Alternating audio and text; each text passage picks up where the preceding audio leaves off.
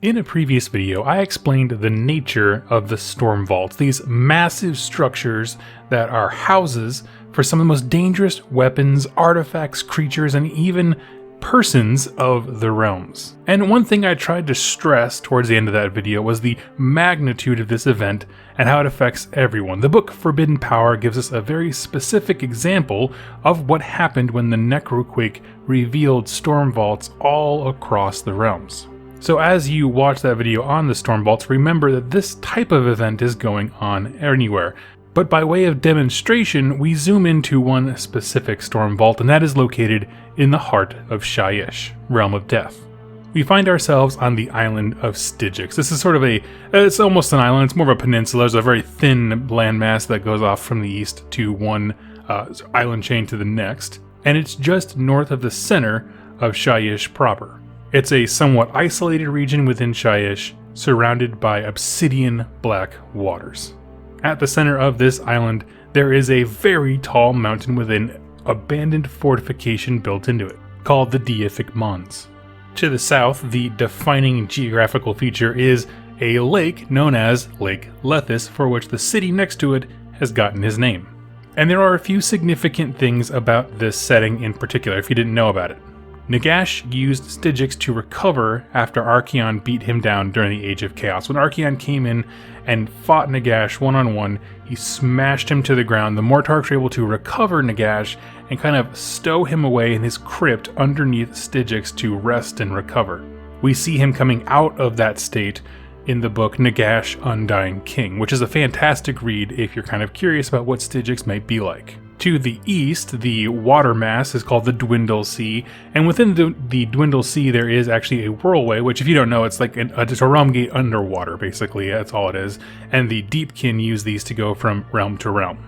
To the extreme south, by southwest end, there is a huge Slaaneshi force set up there, and Slaanesh used to have pretty much full reign over this entire island, except when the Age of Sigmar began. Sigmar came and staked his claim in Shyish on this island right at Lake Lethis. He smashed back the forces of Slaanesh in kind of trying to find and seek an audience with Nagash. But things have unraveled in a pretty negative way in terms of relationships with Nagash, so now this has become like the main order outpost in the Realm of Death. The first line of defense against the hordes of undead. To kind of solidify the power base of some order bastion here, Sigmar decreed that the Anvils of Heldenhammer, which are very uniquely tied to Shyish Stormhost, to maintain their base here. A Stormcast base is called a Stormkeep. It's basically just their headquarters for that entire Stormhost. And around that Stormkeep, the city of Lethis, known as the Raven City, was built. Now, it's partially built into the ruins of older, forgotten civilizations. The city is only about 50 years old, roughly. It's kind of what it seems like throughout the Forbidden Power book. But it's quickly become an important and affluent center of commerce. See, here's the thing. You should know, Lethis is a very dangerous place. The lake itself is very deadly. If you fall into the waters of Lake Lethis, you kind of come apart, in a way. The waters of death wash away pieces of you, meaning your mind and your memory and all the things that make you who you are. You might lose your speech skills, memory, combat abilities. You just kind of lose who you are. Fun fact, Lethe, I believe is how you pronounce it, is kind of a Greek spirit of forgetfulness and oblivion. Fun of like falling into the void itself is what it is like to fall into Lake Lethis. Now here's the thing, that sounds absolutely terrible. But there are medicinal purposes for this water. You see, the sheer horror of this universe, that is the Age of Sigmar universe that GW created, makes a demand for something that erases memories very, very high. So at Lethis, what they do is they go out, they bottle up this water, and they ship it as a valuable and pricey export. It is shipped through realm gates, it is also carried by traders of the Karajan overlords, and also just traveling merchants across the realm. It's used by war veterans and sanitariums to kind of quell the demons that haunt us after like this lifetime of unending war. Which I'm just going to say is the ultimate making lemonade out of lemons that one could ever achieve. If you fall in the water, you die in the worst way possible. We can bottle that and sell it, yes. In the realm full of horrific memories, the man who has a bottle of forget-me stuff is king. So in short, kind of talking about Lethis as a whole, it's a young but very well fortified city. Like I said, they were built into an existing thing. So there's huge gaping walls, there's a storm keep there. They've got a lot of money flying in, a lot of traders, a lot of commerce happening because of its important strategic value. And there's a lot of life happening in Lethis. But there is one more thing that makes the city pretty darn important. Sigmar didn't choose this location next to a lake just all willy-nilly at random. He chose it because down beneath the city he had left a very, very large storm vault called the Midnight Tomb. This thing is massive, and the whole point of building the storm keep and the city upon it is to have them be unwitting defenders of the vault. Locked within the storm vault itself are weapons and artifacts, shards of shattered gods, and caught up in this weird black continuously moving and spinning orb in the center is a malevolent presence, the deadliest captive in a very elaborate prison. Well, when the Necroquake hit the penumbral engine that masked the storm vault, there's actually several of these things because it's so large, but collectively they all broke. And that prisoner who is trapped inside that weird mechanical clock black sphere thing screams. In fact, he screams so loud that Nagash can hear him from Nagashazar way down south.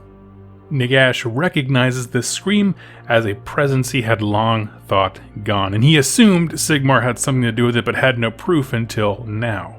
But at this time, Nagash was busy because, as I mentioned in my Storm Vault video, these things popped up everywhere. There's this one we're talking about here in Shyish, but there are hundreds more in Shyish that all of a sudden appeared, so Nagash and every other faction is scrambling. So while he sees the importance of this one, he doesn't have the time to personally go take care of it. So the destruction of Lethis, the capturing of the Storm Vault, and the freeing of this entity inside the prison was handed down to his newest Mortarch, Lady Olander, and her betrothed, Kurdos Valentian. She pulled together a mighty army of Nighthaunt and Deadwalkers, skeletons, collectively coming together to be called the Legion of Grief. Grief and despair being major themes for Lady Olander. And that army collectively moved towards Lethis, the Raven City. Now I'm going to speed this up just a bit here. The idea of the Legion of Grief was to kind of secure the entire region. So they didn't know what was really being built at Lethis to the details, but they just kind of wanted to secure the entire area. So the first thing they did was went for the center, that colossal mountain peak in the dead center of the island called Deific Mons. They went and captured that thing. Now, securing that point, they then had the high ground advantage to any enemies that they would face, including the city of Lethis, so they poured down from that mountain. And that is kind of the scene I want to leave you in. There's this idea of there's so many Nighthaunt, they're making the sky glow green, because they're all just so luminous. And they can't see the mountain anymore because there's so many undead scrabbling down it that it covers the view of the actual Earth. So that's what the Defenders are seeing, and so I want to take this moment to stop and talk about the Defenders. As befits any city of order, there is a strong presence of Free Guild soldiers. And of course, as I said before, it is the main base, the Stormkeep, of the Anvils of Heldenhammer, so they are there. Keep in mind, though, the entire Storm host does not stay there all the time. They're spread out across the realms doing various missions, so there is a fortified presence there and a big fortification, but it's not like an entire regiment sitting there waiting for nothing to happen. Now, in addition to the Stormcast Eternals, there is a mercenary company nearby of the Greyfjord Lodge of Fireslayers. They have been hired multiple times to go kind of clear out the lesser threats around them. There are tons of factions in the area, and so hiring out and delegating some authority to mercenaries with all the money that the city of Lethis has been pretty rewarding. The problem is, these mercenaries are very disgruntled. See, they were hired to defend the city and their merchants, but payments to the Fireslayers in Urgold have been delayed. For whatever reason, the Urgold payments intended to go to these Fireslayers have kept going missing, whether those merchant caravans were raided or they was stolen. We don't actually quite know the details, but for whatever reason, these guys are not getting paid and they are not handling it very well. Their response is to keep raising the amount of money that they are owed, so as this price for their heads goes up, so do their tempers. In addition to that, there is, of course, always a bit of Keragen Overlord presence above the city. These are because, like I said before, it is a place of rich commerce and important goods that require trading and merchant vessels. You'll find some profiteering Keragen Overlords above the skies. Now that's it for the people who are very stably stationed at the city of Lethis, but there's two more kind of ingredients to the defenders I want to throw in here. The first one being that they are next to a whirlway, which is kind of like a rum gate underwater for the Deepkin to travel to, and the Deepkin have made their presence known before. In addition to that, off to the far east, where I said where the island of Styx is more like a peninsula, it's a very, very thin bit of landmass connecting it to something nearby. Near that thin little bit of landmass, there is actually a flesh eater court. It is known as the Tenebrous Court, and it is led by, again, always a Arborant Ghoul King. And basically, the way it works is the storm casts over in Lethis were like, okay, we know these guys are here. We should at least try to make friends with them. They haven't shown any outward, faith in Nagash, so they send over a few Lord Relictors to go kind of parlay. And how it works out is the delusion of this Flesh Eater Court sees all the Stormcast as these hungry, dying peasants who just have no hope of a happy life. So the Ghoul King there, out of pity for these people who just need leadership, agreed to defend the city if it should ever fall under attack. So they're not really allies in the sense that they don't trade, they don't commune on a regular basis, but they do have this kind of understanding that they both exist and they're not going to attack each other. And if you really need help, yeah, we can spare a few guys to help you. So here's the thing. I just listed off a whole bunch of factions, right? You got humans, you got Stormcast Eternals, you got Fire Slayers, Keragen Overlords, Deepkin, Flesh Eater Courts. I counted 6 just now. And while there are a lot of different factions, they aren't really unified in a strong way. The Flesh Eater Courts are allies of convenience at best. The Fire Slayers are really, really unhappy. Keragen Overlords are in it for a profit. The Deepkin don't really play well with others. It's really just the Stormcast and the humans of the city who are kind of on the same page. Now, with very little delay, the first wave of Nighthaunt appear, kind of acting as a vanguard coming in from across the sea. At this point, the Deepkin arrive, seeing what's going on, right? That this Necroquake has just unveiled a whole bunch of technology and artifacts, and they want in on that. So how do you do that? Well, you get in good with the defenders of it. So they pop up and they go start fighting the Nighthaunt, pushing away that kind of scout, advance. At this point, the main death army, the Legion of Grief, rolls down of the mountain itself and moves towards the city. The Lord Celestant of the Anvils of Heldenhammer is Lord Celestant Vandergool, and he set up a line of liberators in the front of the city to kind of stem the tide of ghosts, trying to give as much of a relief to the gates of the city as possible. And with the aid of the Deepkin there, they were actually able to crumple one of the right flanks of the undead army. But even though they had this victory where they're kind of pushing it back on one side, they just realized we can't hold back the whole bulk of this army with just a bunch of liberators in the front. So the Lord Celestant left this wall, this defensive unit of liberators, to act as a rear guard, and everything else retreated back into the city.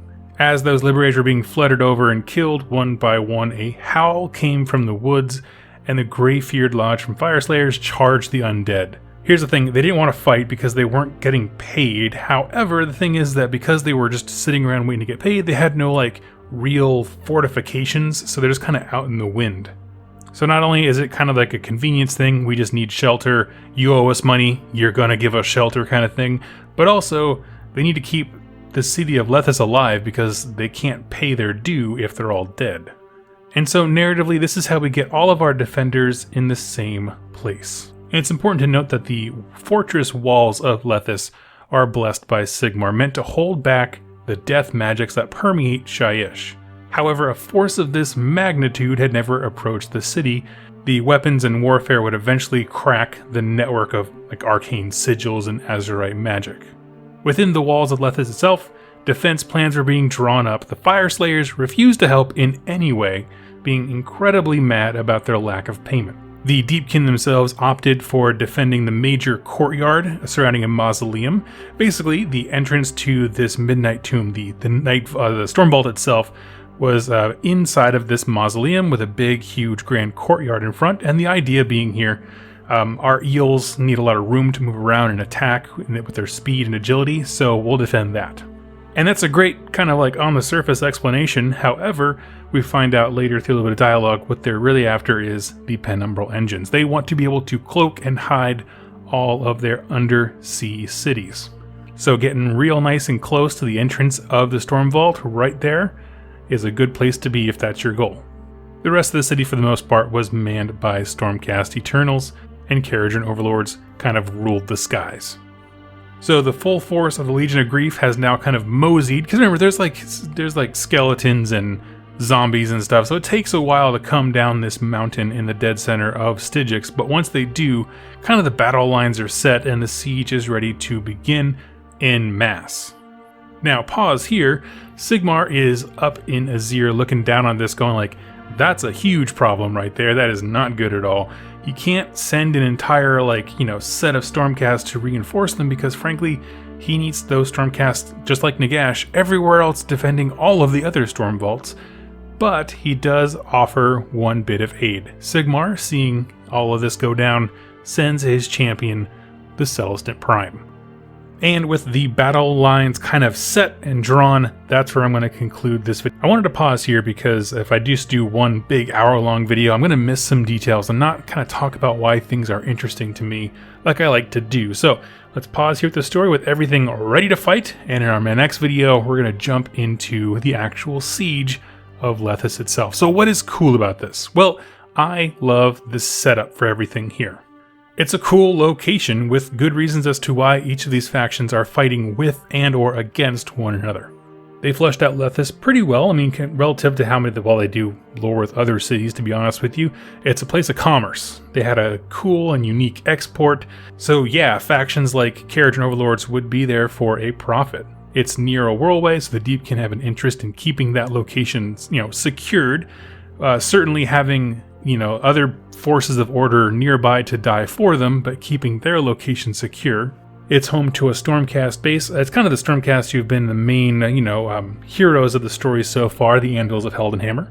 And with the island being so big and there's so many disparate factions all across it, if you didn't see the map here, basically there's Daughters of Cain, there's Gloomspite Gitz, there's a huge Slaanesh contingent. Everything is kind of on this island. They all have a piece of it. So having mercenary companies to kind of supplement your forces for such an important location makes sense.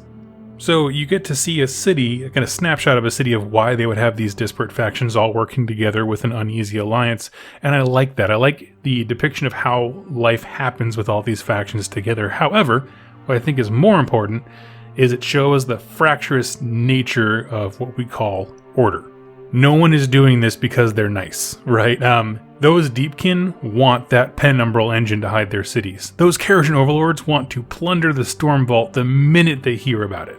The Fyreslayers are neutral at best, hostile at worst because they are not getting paid. Competing desires and subplots of the Defenders will rear its head very, very soon. So it's a very interesting story.